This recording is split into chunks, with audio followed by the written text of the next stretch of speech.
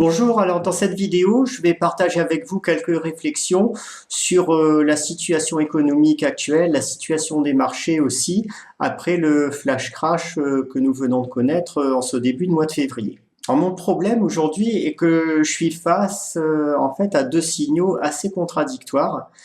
Donc les premiers signaux qui sont basés sur les recherches en matière de prévision de récession et de macroéconomie. Donc je n'ai pas, sur tous les indicateurs que je connais et qui ont prévu la totalité des récessions et des gros marchés baissiers de ces 40 ou 50 dernières années, je n'ai pas de signaux d'alarme pour le moment donc d'entrer en récession dans les prochains trimestres.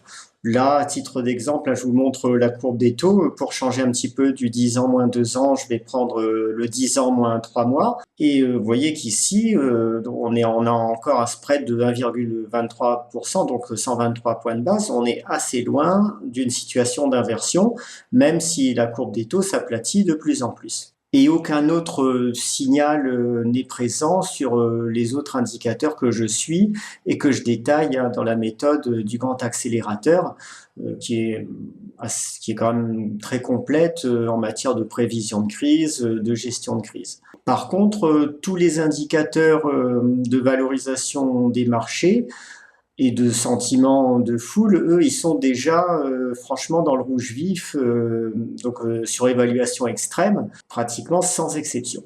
D'un autre côté, graphiquement, la situation elle est beaucoup plus inquiétante. Comme je vous l'ai expliqué, j'ai fait plusieurs vidéos sur les hausses paraboliques.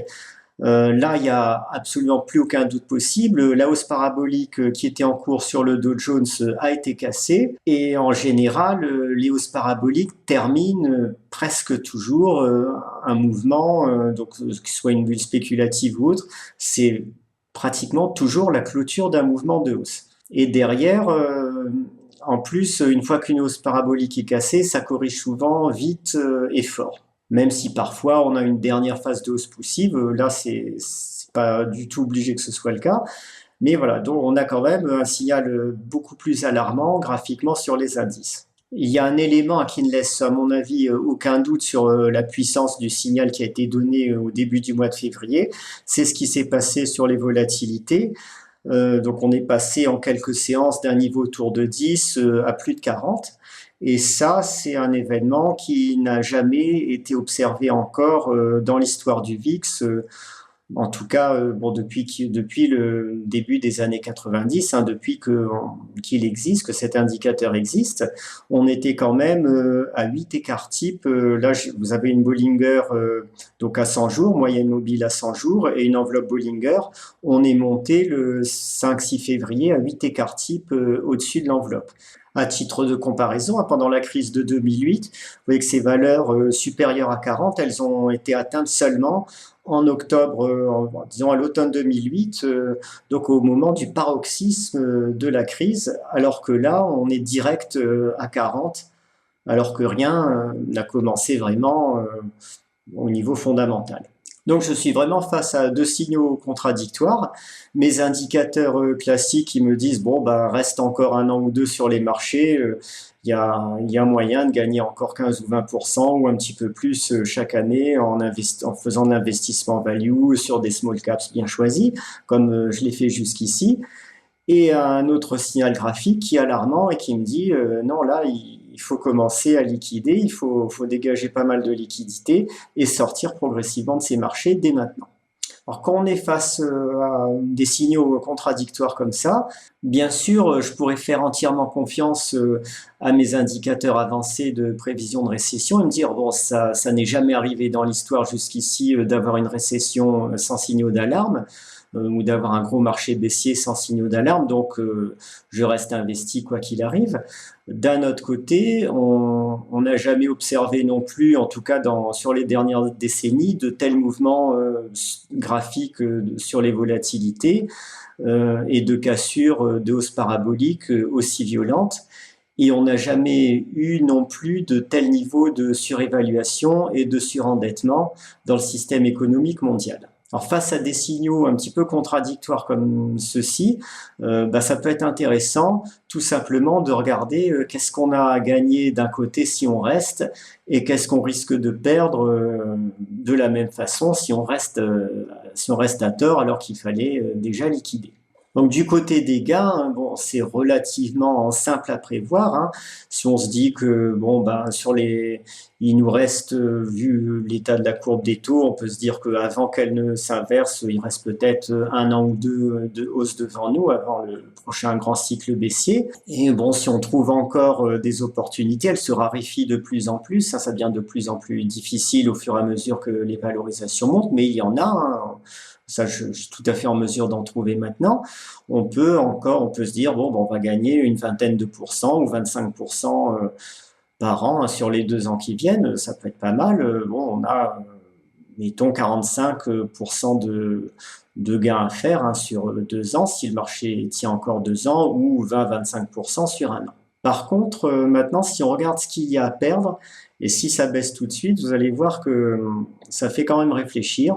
Donc ici, pour commencer, vous avez un graphique qui est la dette de marge des comptes à levier des spéculateurs, hein, sur le Nice, donc sur le marché américain.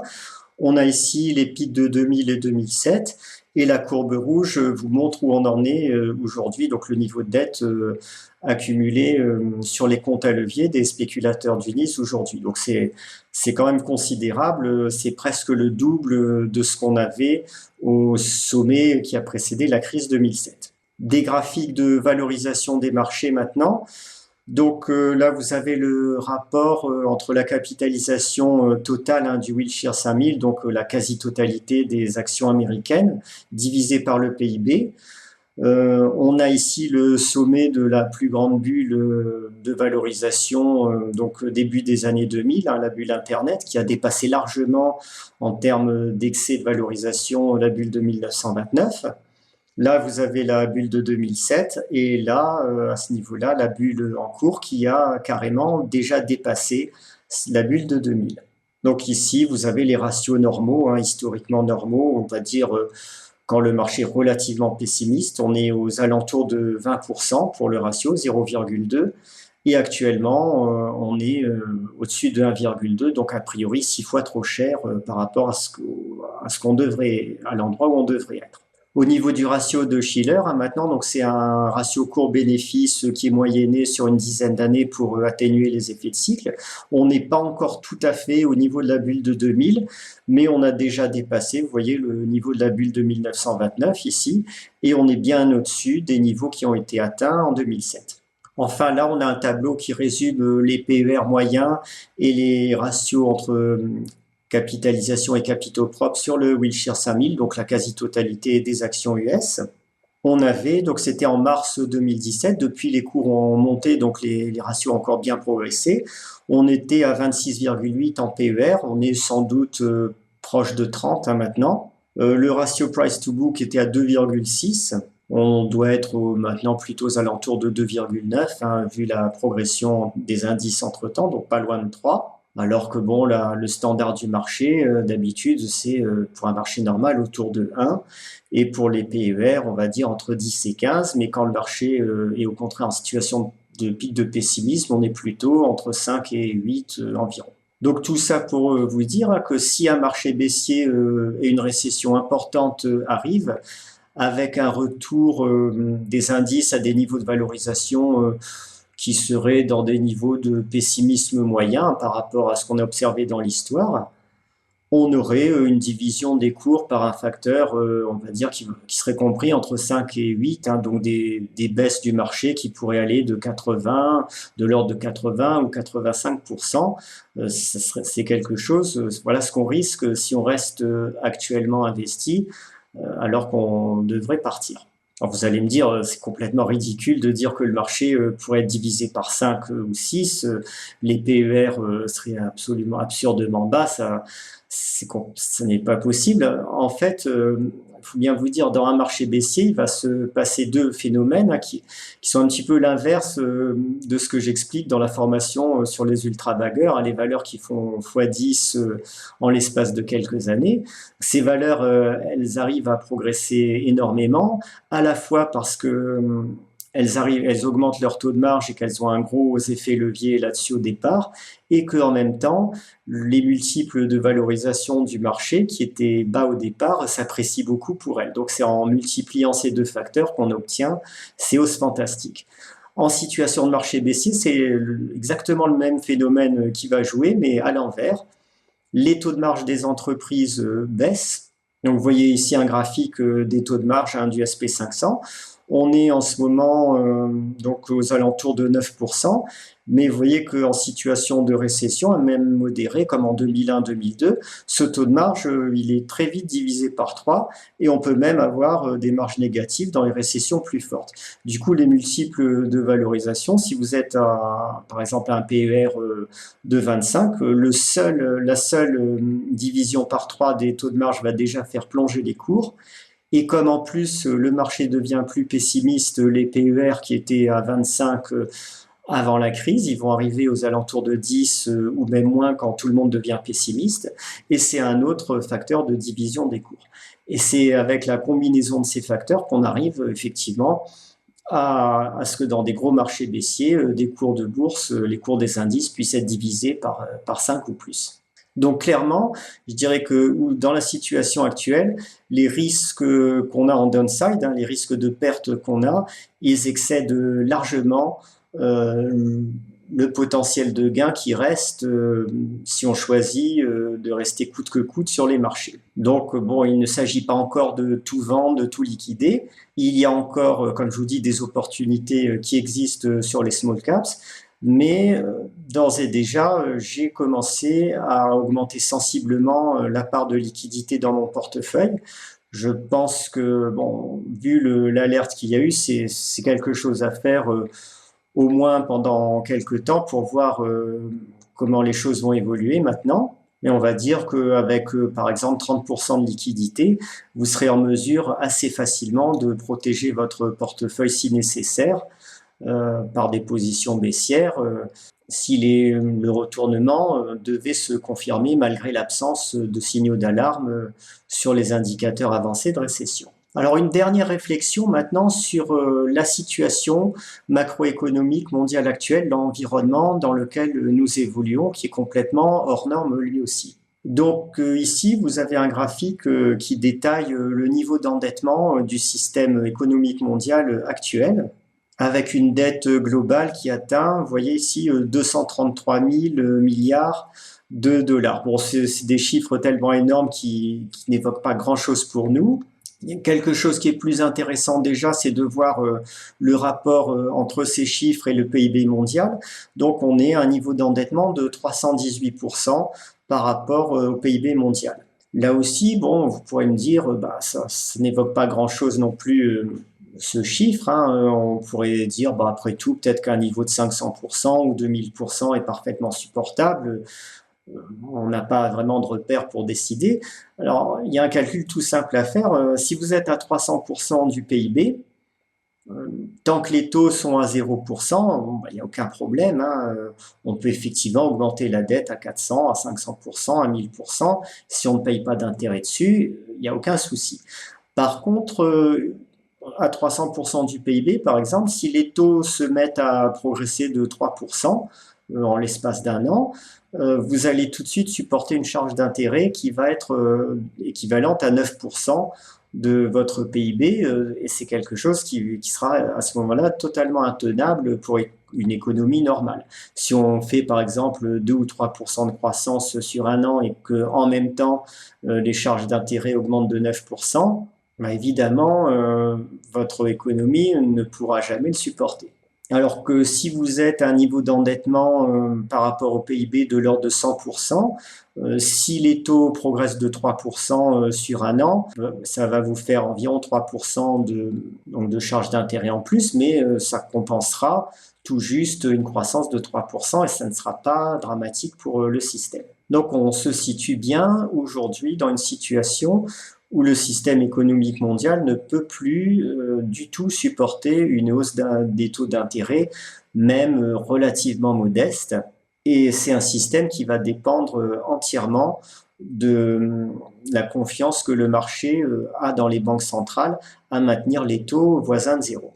Le jour où cette confiance disparaît pour une raison X ou Y, à ce moment-là, il est clair qu'on entrera dans une dépression économique qui sera d'une ampleur beaucoup plus puissante que toutes les récessions qu'on a eu l'occasion d'observer sur ces 50 dernières années. Il y a un fait qui est révélateur quand même de la fragilité extrême du système dans lequel nous vivons aujourd'hui maintenant, avec cette bulle de crédit qui est sans précédent historique, c'est la cause déclencheuse du tout récent flash crash aux États-Unis. Donc cette cause déclencheuse, ça a été tout simplement la hausse des taux d'intérêt. On est passé, vous voyez, d'un niveau de taux sur le 10 ans américain qui était de 2% en septembre 2017 jusqu'à 2,8% en ce début d'année, on va dire fin janvier. Et les décideurs financiers, les banquiers, les gérants de fonds et autres, forcément, ils se sont fortement inquiétés de l'ampleur de ce mouvement. Il faut savoir que ces décideurs financiers, habituellement, ils ont été sélectionnés par le système, par la hiérarchie dans laquelle ils ont évolué, ils ont progressé, pour leur esprit à se conformer au système. Ce sont souvent des gens qui peuvent être tout à fait intelligents, mais qui sont assez grégaires, ils ont un profil psychologique grégaire, on va dire assez conformiste, assez extraverti. Donc ils feront rarement preuve d'indépendance et ils ont souvent une vision qui est orientée intégralement vers l'instant présent. Ce qui va les intéresser, ça sera leur performance de l'année, mais pas du tout ce qui peut se passer à long terme. Moi, en tant qu'épargnant, j'ai évidemment pas du tout la même démarche.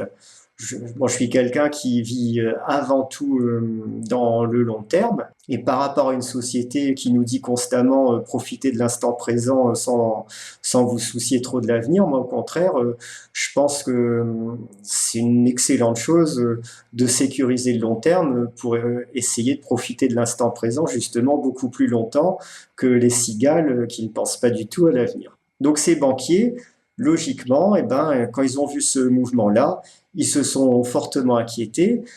Pour eux, ce qui s'est passé en 2008, ça remonte, on va dire, à une époque moyenâgeuse pendant laquelle il n'y avait pas de banque centrale qui maîtrisait parfaitement le système comme aujourd'hui. Quant à ce qui s'est passé avant les années 2000, là on est carrément à l'époque de la disparition des dinosaures, où en tout cas ça n'existe absolument plus dans leur esprit. Malgré tout, maintenant, je vais vous montrer ce graphique dans une perspective de plus long terme, cette hausse des taux qui a affolé le système. Donc en fait, si on se place sur une période de 50 ans, la hausse des taux qui a affolé tout le monde, c'est cette chose-là que vous pouvez regarder sur le graphique. Si on se place, si on a une vision un petit peu plus à long terme que les décideurs actuels, on se rend compte que en fait c'est complètement microscopique et que ce petit truc microscopique là aujourd'hui est suffisant pour terrifier tout le monde. Et le pire, c'est que effectivement ces décideurs ont raison de s'inquiéter parce que le système actuel ne peut plus supporter de hausse des taux, même mineure comme celle-ci. Si on se trouvait, par exemple, à ce niveau-là, à des niveaux de l'ordre de 5%, et ben effectivement, c'est tout le système financier mondial qui s'effondrerait dans les mois qui suivent. Donc maintenant, tout dépend de votre opinion. Soit vous pensez que les banques centrales maîtriseront éternellement la situation et seront capables indéfiniment de maintenir les taux en dessous de, on va dire, au niveau où ils sont là, en évitant même maintenant les petites perturbations microscopiques comme celle-ci. Soit vous pensez comme moi qu'à un moment qui se rapproche de plus en plus d'ailleurs, elles vont perdre le contrôle de la situation, qu'on va avoir des variations de ce type-là qui sont tout à fait banales dans l'histoire, et qu'une fois qu'on aura ces variations banales qui sont arrivées des dizaines de fois dans le passé, on aura malheureusement une grande dépression qui finira par, on va dire, pulvériser le système actuel. Alors, si on sait bien le gérer, si on est préparé, si on s'y attend, ça n'est pas du tout une mauvaise nouvelle, une situation de crise. Au contraire, une situation de crise, c'est avant tout beaucoup plus d'opportunités pour les investisseurs, plus de volatilité. On peut gagner de l'argent à la baisse au moins pendant le début et le milieu de marché baissier. Et on en gagne encore beaucoup plus on va dire en sortie de marché baissier, près des points bas, parce que là, vous allez pouvoir ramasser des quantités de valeurs qui seront bradées à des niveaux qui n'auront jamais été vus sur les 20 ou 30 dernières années. Le tout est juste d'avoir le bon timing durant le déroulement de cette crise.